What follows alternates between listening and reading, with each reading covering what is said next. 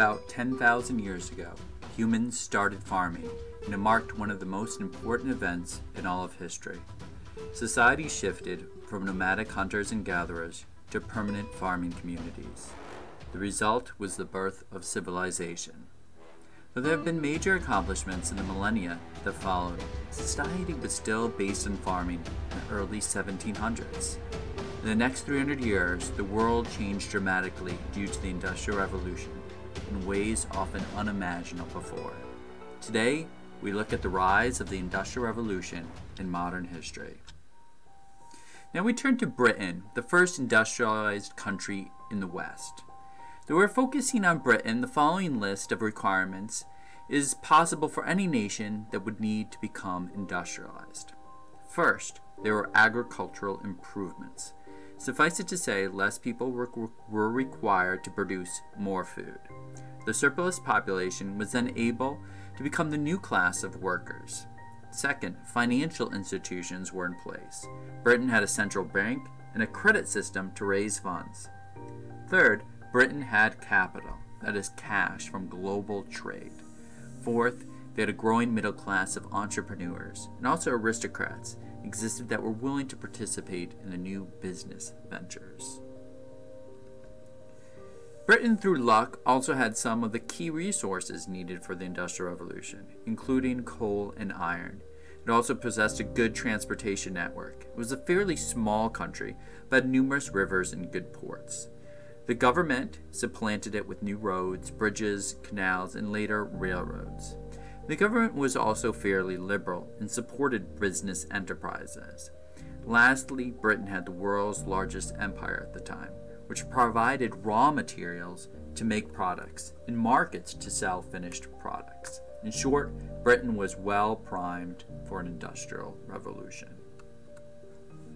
The first industry to experience a revolution was the textile industry.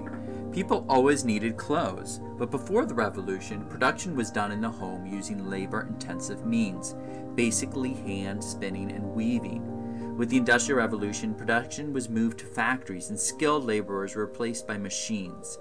Incredible advancements were made in the production of thread.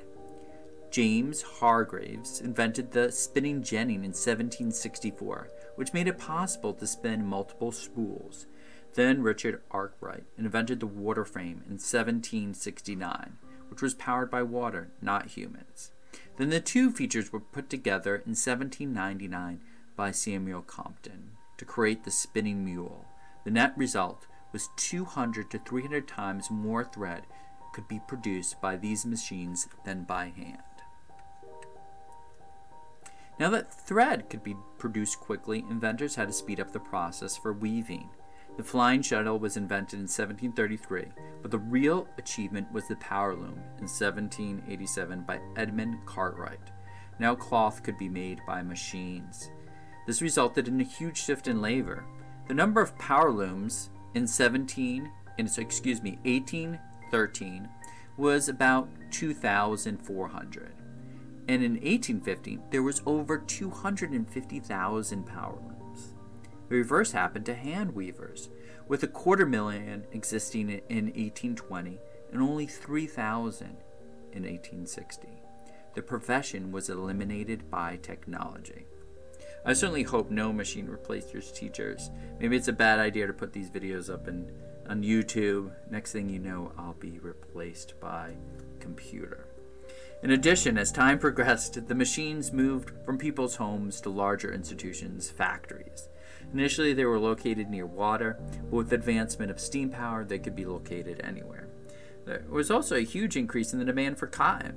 Consumption of cotton went from just 2 million pounds in 1760 to 360 million pounds in 1840.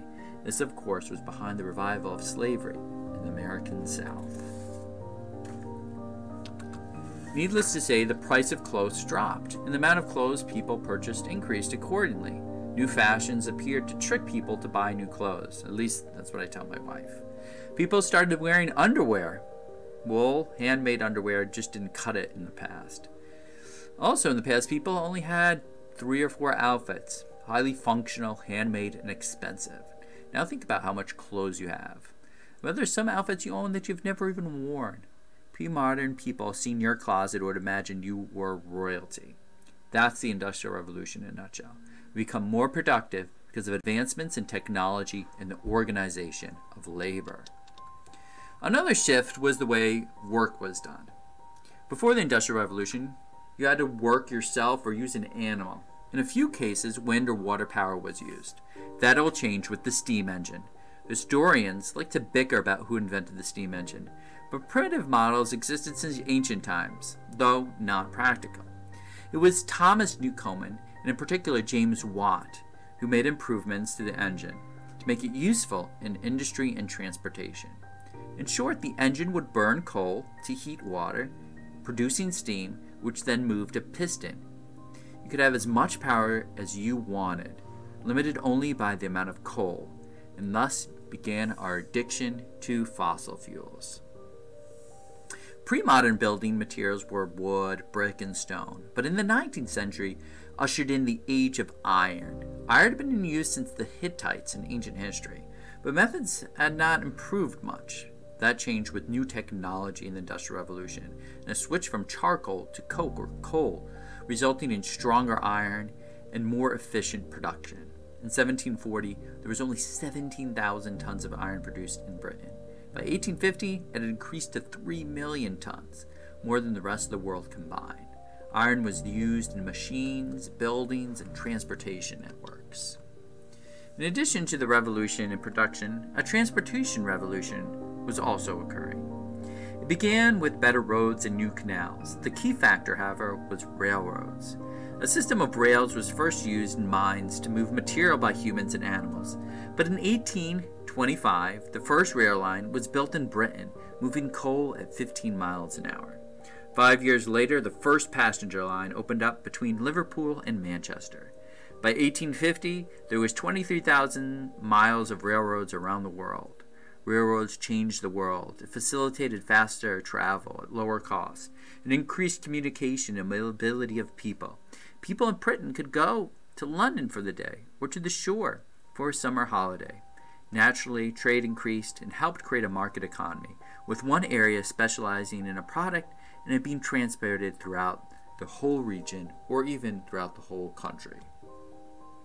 With time, industrialization started spreading to the continent. It didn't have the same advantages as Britain had. Its transportation network was not as developed. It was also far more traditional with medieval guilds, local tradition, and an aversion to materialism. The Napoleonic Wars also devastated the continent in the early part of the 19th century. Britain also tried to protect its trade secrets by barring artisans from leaving the country and preventing new machines from being exported. Eventually, some British mechanics left and helped jumpstart industries abroad.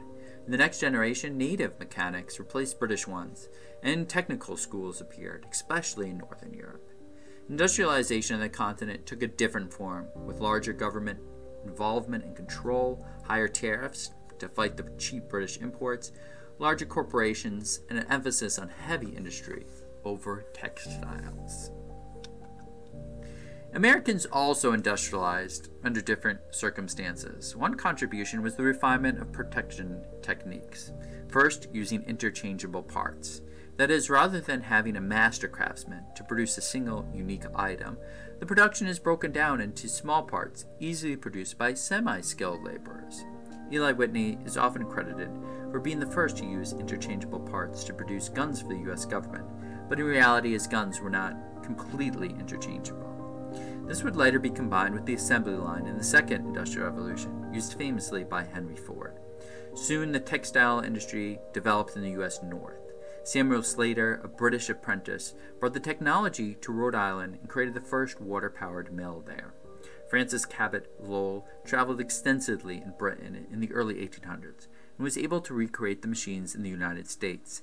His company built a planned city known as Lowell, Massachusetts, around a massive factory. It became the second largest city in New England and the model for future development across the North.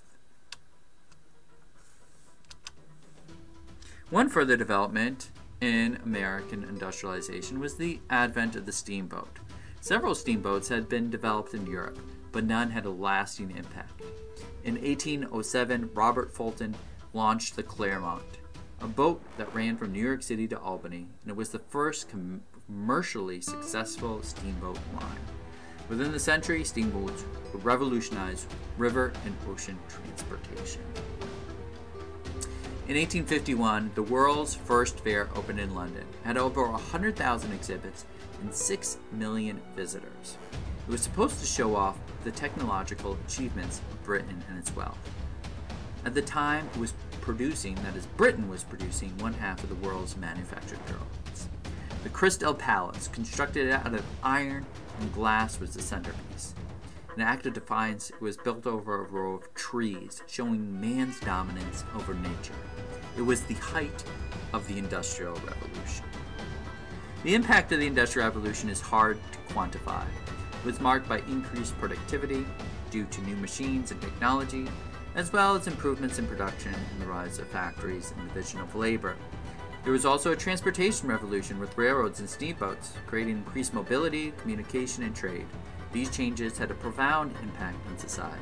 And next time, we'll explore the social impact of the Industrial Revolution.